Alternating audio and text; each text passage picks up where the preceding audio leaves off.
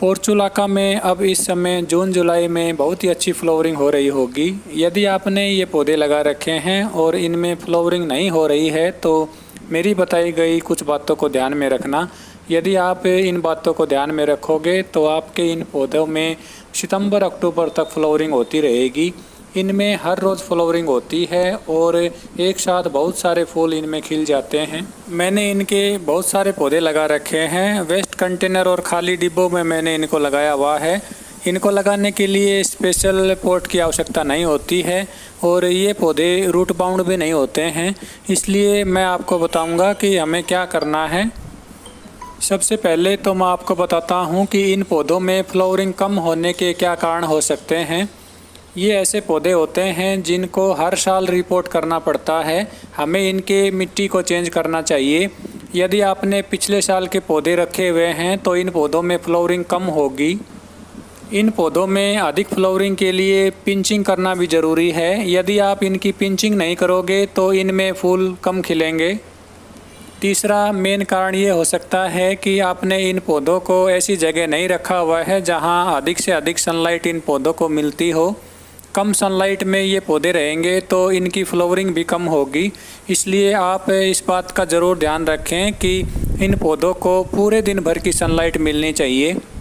अप्रैल मई में इनमें fast growth शुरू हो जाती है। उससे पहले आप इनकी मिट्टी में खाद ज़रूर डालें। यदि आप इनकी मिट्टी में खाद नहीं डालोगे तो इनकी ग्रोथ कम होगी। जितनी ग्रोथ कम होगी उतना ही फ्लावरिंग बड्स भी कम बनेंगी। इन पौधों की अच्छी ग्रोथ के लिए और अधिक फ्लावरिंग के लिए अब हमें इन बातों का ध्यान रखना ज़रूरी है।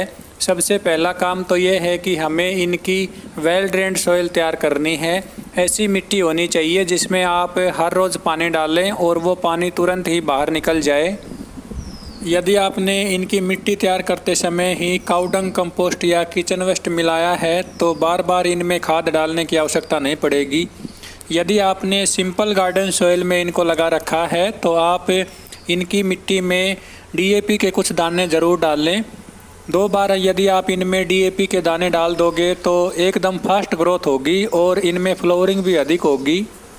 इनसे अधिक फ्लावरिंग लेने के लिए इनकी ब्रांचेज की संख्या अधिक होनी चाहिए। इसके लिए जब आप इनकी कटिंग लगाते हैं तो छोटी छोटी बहुत सारी कटिंग्स एक साथ लगा लें ताकि ये पौधे घने बन जाएं। इसके अलावा इनको घना बनाने के लिए 2 बार कम से कम आप इनमें पिंचिंग कीजिए। इनमें हर रोज़ फूल खिलते रहते हैं और शाम के समय मुरझा जाते हैं। इसलिए इनके सूखे हुए फूलों को हर रोज़ हटा देना है। सुबह सुबह भी आप ये काम कर सकते हैं। इनके फूल 9 बजे के आसपास खिलते हैं। सुबह 6 या 7 बजे आप इनके सूखे हुए फूलों को हटा दीजिए। ऐसा करोगे तो इनके फ्लावरिंग बर्ड्स अधिक बनेंगे और ये पौधे फूलों से लदे रहेंगे। इनके गमलों को आप ऐसी जगह रख दें जहां पूरे दिन भर इन पर सनलाइट गिरती रहे और शाम के समय आप इनमें हर रोज़ पानी डालें। यदि आप मेरी बताई गई इन सब बातों को ध्यान में रखोगे तो आपके पोर्चुलाका के पौधों में अक्टूबर नवंबर तक फ्लावरिंग होगी।